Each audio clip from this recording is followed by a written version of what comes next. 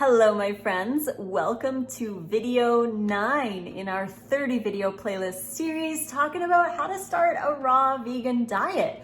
Today we're going to be talking about sprouting. I love sprouting and I get asked so many times, how do I sprout? It's very easy and we're gonna go through the steps in this video.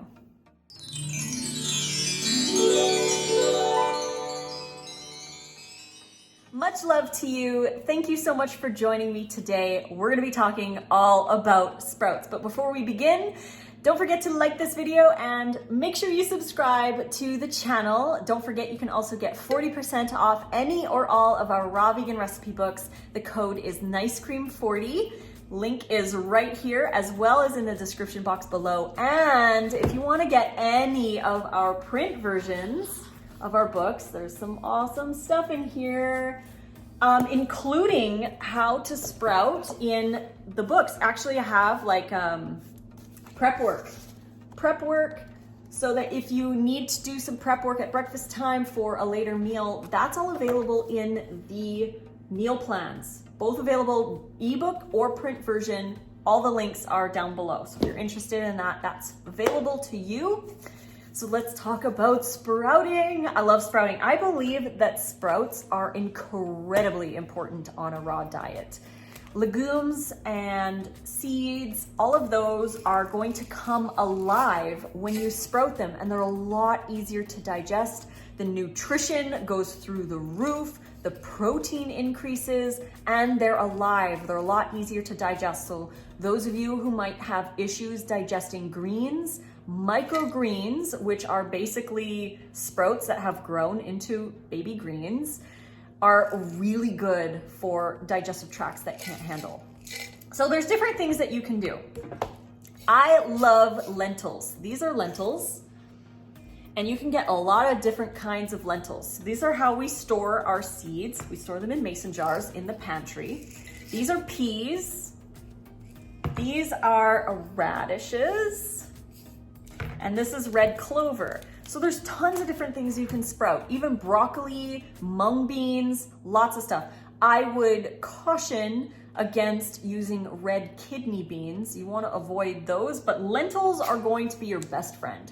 High in protein, nutrition, one of the best things that you can sprout. Mung beans as well. Mung beans are very high in protein. So what you want to do is you want to grab a jar. It doesn't have to be this jar. It can be one just like this. It doesn't matter.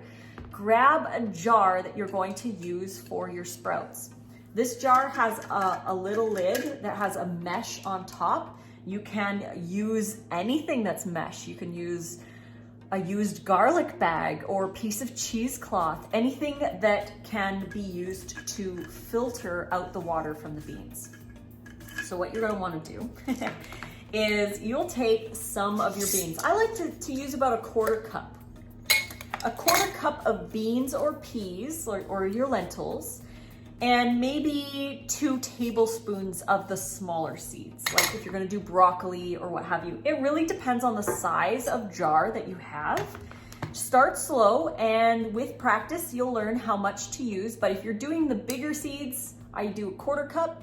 And the smaller seeds, I do about 2 tablespoons. So you're gonna wanna put them into your jar. Again, give or take, there's no rule on how many sprouts you can make.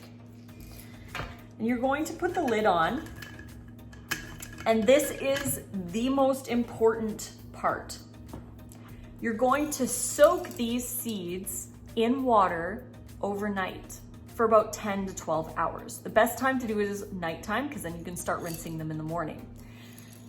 The biggest problem that I've noticed that people have when they're sprouting is in the morning, once they've been soaking for about 12 hours, they change the water out. So they continue soaking. This will not grow sprouts. If they're constantly soaking in water, they're not going to germinate. You need to rinse the water out and drain it.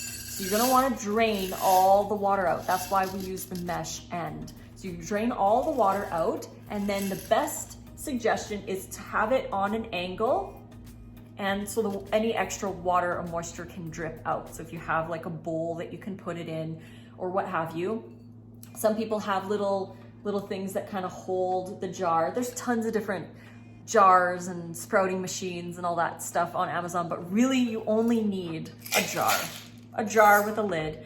And make sure that you rinse and drain your seeds 3 to 4 times a day. So I like to do it first thing in the morning as soon as I wake up.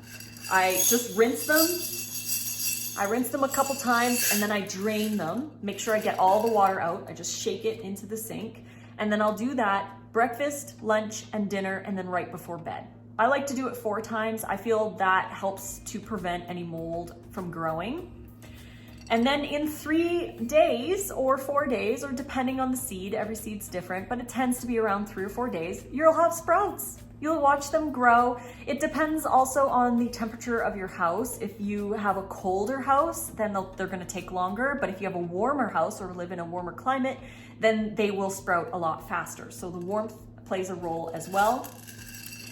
But once they're sprouted and they're ready to go, they'll probably fill the jar maybe halfway or even more, depends on how many seeds that you put in. Then you transfer them over into the fridge and eat them for salads. Nate and I will go through about half a jar of these in like 2 days. So really we try to keep sprouts going every day. We'll fill new jars, we'll soak new ones at night, maybe every day or second day. We'll just start new sprouts because we're gonna go through them. We put them on our salads and we eat them quite often. Now, one of the other things that people ask a lot of when they're sprouting the little seeds, namely broccoli, alfalfa, even radishes, because they're so small, they tend to have a lot of little tiny hairs growing on the outside of them. This is not mold. It might look like mold and it might scare you, but this is not mold. It's actually the little seeds are just starved for water. So it might have gone too long between rinses. Just rinse them so those little roots can soak up all that water and feel better. You wanna make sure that they are constantly being rinsed. If you don't rinse them, they're gonna dry out, they're not gonna grow properly, and eventually they might grab some mold. So you wanna rinse them as soon as possible when you wake up, during at lunch, dinner time, and then before bed if you can remember. But 3 times is typically good. I like to do it 4 times. Another thing to keep in mind too is that I like to buy the sprouting seeds. These are seeds that on the package it actually says sprouting seeds. There are a couple places that you can go to get sprouting seeds. You can Google them. I like to go to Perfect Food Inc. on Instagram. They sell the lentils and some other things. Mums in Canada is really good for sprouting seeds. And you can even grab Doug Evans has a book called The Sprout Book with tons of information on sprouts. Such a good resource for those who are into sprouting. He also has resources at the back of the book for that as well. But again, you can just Google, find some sprouts online and get some cool sprouting seeds. The reason I say that to make sure that they are sprouting seeds is because you're getting the best seeds of the crop for sprouting. They're also tested to make sure that they don't have any harmful bacteria in them. So if you get sprouting seeds, especially the organic ones, and you're sprouting them in a home that is free of animal products, then you're not at all likely to get any contamination of any kind, like no salmonella and E. coli and stuff, because those are animal-based bacteria. So these companies do test for that. That's why it's important to get seeds that say they're specific for sprouting. You can get bulk seeds from the bulk bin, but not all of them are gonna sprout. I have had lentils where half the lentils didn't even sprout. So I like to get the sprouting seeds because they know the good seeds that are gonna sprout for my salads. So that's how we sprout. It's pretty easy. Again, if you want more information, I do have a Sprouting 101 video. You can check that out. I'll put the link in the description box below if you're interested in watching that video about sprouting, if you want to watch more. But that's basically how to sprout. I believe beans and sprouts and seeds are incredibly important on a raw vegan diet, so including those in your salads, even just munching on them as snacks is great too. So I hope you guys enjoyed this video, and if you did, please click like. Don't forget to subscribe to the channel to get notifications for more. You can click the bell.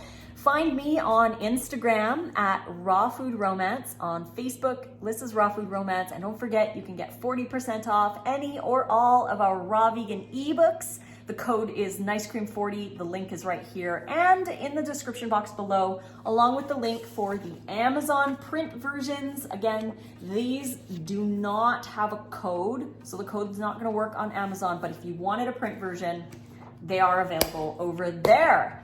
So until the next video, guys, I hope you enjoyed. As always, I love you, and fruit on.